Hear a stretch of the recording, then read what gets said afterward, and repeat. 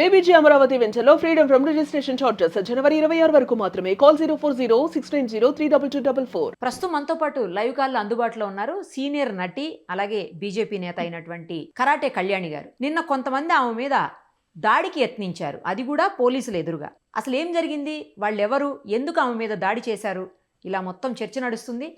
ఆమె మాటల్లోనే అసలు ఏం జరిగింది అనేది విందాం. నమస్తే అండి కళ్యాణి గారు. నమస్తే అమ్మా. నమస్తే.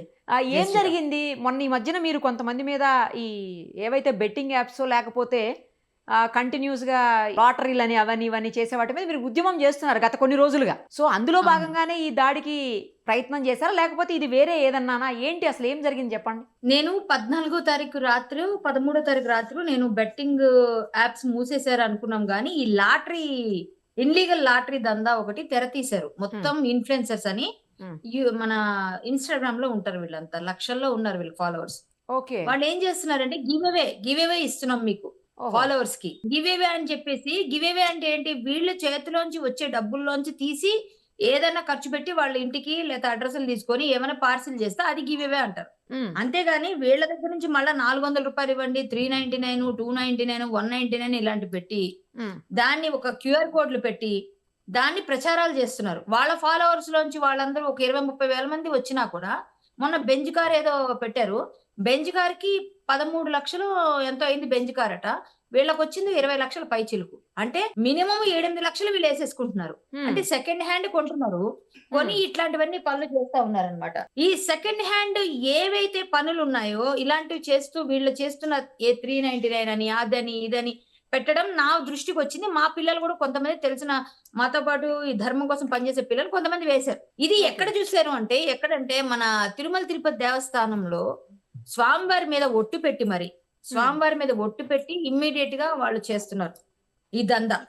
స్వామివారి మీద ఒట్టి పెట్టడం వల్ల నాతో పాటు చాలా మంది హిందువుల మనోభావాలు దెబ్బతింటాయి. ఎందుకంటే వెంకటేశ్వర స్వామి కలియుగ ప్రత్యక్ష దైవం, ఆరాధ్య దైవం. ఎంతో మందికి ఆరాధ్య దైవం, కొన్ని లక్షల కోట్ల మందికి ఆరాధ్య దైవం, కొన్ని కోట్ల మంది ఆరాధ్య దైవం. 120 కోట్ల మంది ఉంటే అందరూ నమ్ముతారు. మాక్సిమం ఒక 20 కోట్లు తీసి 100 కోట్ల మంది మనోభావాలు దెబ్బతింటాయి. అందులో నేను కూడా ఫీల్ అయ్యా. అక్కడ ఆయన మీద ఒట్టు పెట్టి వీడు ఎవరైతే ఉన్నాడు నరేంద్ర అనేవాడు రీల్ చేసి మీకు నేను ఇస్తానని చెప్పాడు. ఇది నాకు చాలా బాధ అనిపించింది. మొన్న కర్నూలులో అనుకుంటా ఒక థియేటర్ ఒకటి, పాత థియేటర్ అంట, దాన్ని 2000 కట్టండి, మీకు ఆ 2000కి థియేటర్ ఇచ్చేస్తాం, లాటరీ తీసని చెప్పేసి పెడితే పోలీసులు అరెస్ట్ చేశారండి వాళ్ళను. చాలా మంది పే చేశారు అమౌంట్. నాకు ఫోన్ చేశారు, ఇట్లా 2000 కట్టాం మేడం, మమ్మల్ని మోసం చేస్తారా లేకపోతే ఇస్తారా అర్థం కావట్లేదు అని చెప్పేసి. వాళ్ళకి 2000 కానీ ఎన్ని లక్షల మంది వేస్తారు. అదే అండి, 2000 రూపాయలకి థియేటర్ ఇచ్చేస్తా అన్నాడు వాడు. అంటే ఓల్డ్ ఏదో ప్లేస్ దాన్ని అమ్మితే ఒక 50 లక్షలు వస్తుంది అనుకోండి ఊరికే. వీళ్ళు ఏంటంటే ఈ లాటరీ పెట్టడం వల్ల 2 కోట్లు కూడా రావచ్చు.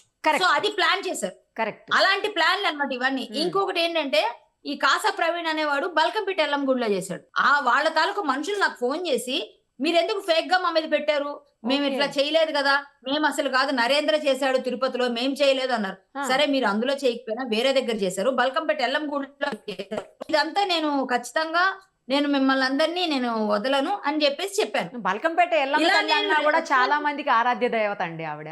అంతే కదండి. ఇప్పుడు అంబానీ వచ్చి 1 కోటి రూపాయలు వేయాలి అక్కడ బల్కమ్మ తల్లి గుడిలో. అలా బంగారపు పట్టు చీర ఉందండి అమ్మవారికి, ఎక్కడా లేదు హైదరాబాద్ లో.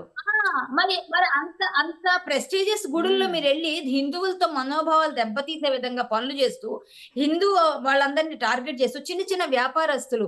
అలాగే ఇంకొక పెద్ద బాధ ఎక్కడ నాకు వచ్చిందంటే, 15 ఏళ్ల కుర్రాడు 20 రూపాయలకి నేను ఐఫోన్ ఇస్తున్నాను వాడు కూడా చేశాడు. అప్పుడు బాధపడ్డా నేను. చిన్న చిన్న పిల్లలు వీటికి అన్నిటికీ డ్రాగ్ చేయబడి చూసి వాడు తయారవుతున్నాడు. నేను అందుకే మైనర్స్ కూడా దీనికి ఎఫెక్ట్ అవుతున్నారు కాబట్టి నేను ఇమ్మీడియట్ గా కేసు ఇచ్చాను. కానీ ఈ అన్వేషణ మీద పోరాటం అవుతుంది కాబట్టి అది బయటికి సేమ్ అదే టైంలో 2 ఒకసారి అయ్యేసరికి ఇది సప్రెస్ అయిపోద్దిలే అని మేము ఎక్కడ ఇవ్వలేదు న్యూస్ కూడా. మేము ఎఫ్ఐఆర్ కూడా చేంజ్ చేసి కూరుకున్నాం. ఆ రోజే ఇది కూడా ఇచ్చేసాం. 14 అయిపోయింది ఎఫ్ఐఆర్. వెంటనే 2వ రోజు సజ్జనాగారి దృష్టికి వెళ్ళి వెంటనే ఆయన ట్వీట్ చేశారు, మీరు చూస్తే. ఆ తరువాత రోజు నేను ఇచ్చిన ఎఫ్ఐఆర్ బయటకు వచ్చింది. కానీ ఈ 16వ తారీఖు వాడు ఆక్షన్ పెట్టాల్సింది 16 పెట్టకుండా నిన్న పొద్దునే ఒక రీల్ పెట్టాడు వాడు, నరేంద్ర అనేవాడు. తిరుపతిలో ఎవరైతే చేశారో ఏమని పెట్టాడంటే, ఇవాళ 4 గంటలకు లైవ్ పెడుతున్నాం మేము, 4 గంటలకు లైవ్ పెట్టి మీ అందరికి నేను ఇచ్చేస్తా ఫార్చునర్ కార్ అని చెప్పాడు. మాకు ఆ రీల్ వచ్చింది. ఆ రీల్ మేము పంజగుట్ట పిఎస్ కి పంపించాం. పంజగుట్ట పిఎస్ కి పంపించేటప్పటికి నేను బాంబేలో హరికథ చెప్పి వెనక్కి వస్తున్నాను నేను ట్రైన్ లో. నేను 1:30 దిగా, నేను 1:30కి నాంపల్లిలో దిగా. ఇమ్మీడియట్ గా ఇంటికి వచ్చి 2:30కి పోలీసులకు చెప్తే పోలీసులు ఆ గంటలో పంపించిన తర్వాత మీరు వెళ్తున్నారమ్మా అటువైపు అంటే, మేము వెళ్తాం సార్, మేము కూడా చూస్తాము, ఎక్కడైనా తెలుసుకోవాలి అంటే మా పోలీసులను కూడా పంపించి మేము కూడా ఎంక్వైరీ చేస్తామని చెప్పారు. సో ఇలా మేము కలిసి వెళ్ళి ఇద్దరు పోలీసులు వచ్చారు వాళ్ళ తరపున. వాళ్ళు వచ్చారు, మేము కూడా వెళ్ళాం. మేమేదో పని మీద, అక్కడ మా చుట్టాలు కూడా ఉన్నారు. ఆ అదేదో ఏరియా, అదేదో ఒక కొంగర కలాన్ దగ్గర. సో నేను ఆ పని మీద కొంగర కలాన్ ఆదిభట్ల ఆ ఏరియా అక్కడికి వెళ్తున్నప్పుడు ఆ టైంలో ఇట్లా ఎప్పుడైతే జరిగిందో వీళ్ళు పోలీసు వాళ్ళు వెళ్ళి అన్ని తీసుకొని కిందకు వచ్చిన తర్వాత కింద ఉన్న వాళ్ళు, మేము మీడియా మమ్మల్ని ఏం అడిగారంటే, మేము మీడియా రాలేని పరిస్థితిలో ఉన్నాం, చాలా దూరంలో జరిగింది, ఇలా జరిగింది, దొరికారని చెప్పాం. చెప్తే మీరు వీడియోలు తీసి మాకు పెట్టండి అంటే, మేము వీడియోలు తీస్తుంటే మీరెవరు, మీరు ఏ మీడియా, ఎవరు, మా పిల్లల్ని మమ్మల్ని మాట్లాడి నీకెక్కడుంది నీ వాడికున్న వాడి దగ్గర ఉన్న లైసెన్స్ చూపించాడంట. వితౌట్ లైసెన్స్ వాడు చేస్తున్న దందాన్ని మనం పట్టుకుంటే వాడికి ఎఫెక్ట్ అయ్యి ఇమ్మీడియట్ గా ఆ లైసెన్స్ లేదురా నీకు, ఎట్లా ఇస్తావు ఇట్లాంటివన్నీ, ఒక ఫార్చునర్ కార్ ఎట్లా ఇస్తావు నువ్వు, గివేవే అంటే ఒక 9-10 వేల మంది ఇచ్చారనుకోండి వాడికి 1,00,000 మందిలో, వాడు గివేవేలు ఒక్కడికే కదా ఇస్తాడు అంతే. 900 మంది ఒక్కడికే ఇవ్వాలి. ఈ 9,000 మందికి ఏమి ఇస్తున్నాడు? చాక్లెట్ ఇస్తాడా, బిస్కెట్ ఇస్తాడా, లేకపోతే ఏమన్నా థ్యాంక్ యూ అని సెల్ఫీ ఇస్తాడా? ఏమి ఇస్తాడు? గివేవే అని ఎందుకు చెప్తున్నాడు? దానికి గివేవే అంటే అందరికి ఇవ్వాలి కదా నువ్వు. ఈ 9,000 మందికి ఇవ్వట్లేదు కదా. నీకు ఎంతమంది? మేము నిన్న చూసేటప్పటికి పెద్ద డబ్బా నిండా ఉన్నాయి చిట్టీలు, కింద ఫార్చునర్ కార్ లో చిట్టీలు ఉన్నాయి. మేము అవన్నీ వీడియోలు తీస్తుంటే మా మీద దాడి చేసేదానికి ప్రయత్నం చేశారు. ఇంకొక పెద్ద ప్రచారం ఏంటంటే, ఈ తంబునేల్స్ తలనొప్పి. నిజంగా నన్ను ఎవడు కొట్టలేదు, అంత మొగాడు పుట్టలేదు. ఇంకొకటి ఏంటంటే, నన్ను కొట్టడానికి వాళ్ళు ప్రయత్నం అయితే చేశారు, ప్రయత్నం వచ్చారు, మా పిల్లోడి మీదకి నా మీదకి రాబోయారు, మమ్మల్ని దుర్భాషలు ఆడారు, చాలా నానా మాటలు ఆడారు. ఇవన్నీ నేను మానసికంగా కుంగిపోయేటట్టు మాట్లాడారు. ఇదంతా ఓకే, ఎందుకంటే మనిషిని బాధ పెట్టాలంటే మాట కన్నా పెద్దది కాదు, దెబ్బ కన్నా ఎక్కువ మాట. సో మాటతో మాట్లాడారు, చాలా చూపులు నీచంగా చూసారు, ఇవన్నీ చేశారు. నేను ఒక మంచి పని చేస్తే పోలీసుల సహాయంతో, నేను ఒకదాన్ని వెళ్ళదండో, పోలీసులు వచ్చారు. పోలీసులు లేపుతున్న పరిస్థితి అంటూ ఆల్రెడీ ఎఫ్ఐఆర్ చేయించాను, కంప్లైంట్ అంటే నేనే. అలాంటప్పుడు వాడు నువ్వెవరని అడుగుతాడండి నన్ను. నేను కంప్లైంట్ అంటే నేను రెస్పాన్సిబిలిటీ తీసుకొని, నేను ఒక సిటిజన్ గా నేను మీరు చేస్తున్న చెత్త పనులకి, ఒక హిందూ అయినా ముస్లిం అయినా క్రిస్టియన్ అయినా వదలను. వాడు హిందువే అండి కాబట్టి వెంకన్న గుడి దగ్గరికి వెళ్ళి ఒట్టు పెట్టావు నువ్వు. సో హిందువు అయితే మాత్రం తప్పులు చేస్తే వదిలేయాలా? నేను వదలను. సో నువ్వేం చేసావు? వెంకన్న స్వామి గుడిలో చేసిన రీల్ ఏదైతే ఉందో అది నాకు చాలా బాధ పెట్టింది, దాని మీద నేను కంప్లైంట్ ఇచ్చాను. సో నువ్వు అదే వెంకన్న స్వామి గుడి మీద చెప్పిన వాడివి, నేను వెంకన్న మీద ఒట్టు పెడతాను, నేను ఇస్తున్నాను కదా, నేనే మోసం చేయట్లేదు కదా అంటే, నీ దగ్గర ఏం లైసెన్స్ ఉంది? ఇంతమంది 9,000 మంది దగ్గర తీసుకునేది ఎంత? 9,000 మందా? నీ దగ్గర అకౌంట్ చూపించు, ఎంత వచ్చింది నీకు, నీ అకౌంట్ ఫర్ ఏమైంది మొత్తం అంతా చూపిస్తే అప్పుడు మేము మాట్లాడతాం. నీకు 10 లక్షల్లో నువ్వు తీసేస్తున్నావు కార్ని, మిగిలిందంతా ఏమవుతుంది? మిగిలిన డబ్బంతా ఏం చేస్తున్నావు? ఎందుకు నీకు అంత అమౌంట్ ఎక్కడి నుంచి వచ్చిందో చూపించాలి కదా, లెక్క చూపించాలి కదా. నువ్వు చేస్తుంది తప్పే. మళ్ళీ నేను గివేవే అంటే నీ జోబులోంచి ఇవ్వాలరా, నీ జోబులోంచి ఇవ్వాలి తీసి. అంతేగాని నువ్వు వేసుకుంటున్న ఇన్స్టాగ్రామ్ లో వస్తున్న ఇన్కమ్ ముందు చూసావా, దాన్ని బట్టి ఇవ్వాలి, నీ ప్రమోషన్స్ వచ్చి ఇవ్వాలి. అంతేగాని నేను ఇస్తున్నా గివేవే, ఏం గివేవే ఇస్తున్నావు నువ్వు? ఇంతమందికి ఇవ్వడు, ఒకటికి ఇస్తున్నావు, మొత్తం నామం పెడుతున్నావు. అది కూడా నీ ఫ్రెండ్కి ఇస్తున్నావో నీ ఇంట్లో వాడికి ఇస్తున్నావో మాకు తెలియదు. ఎవరిదో పేరు తీస్తావు నువ్వు, అది ఎవరికి తెలుస్తుంది? నిజంగా నిజాయితీగా ఏం తీసావు? మీ 10 మంది గ్యాంగ్ 20 మంది గ్యాంగ్ చూసుకొని మజా చేసుకుంటూ తీస్తున్నారు. నేను అక్కడ రెడ్ హ్యాండెడ్ గా పట్టుకున్నారండి. ఇది చాలా చాలా నీచమైన చర్యలు చేస్తున్నారు.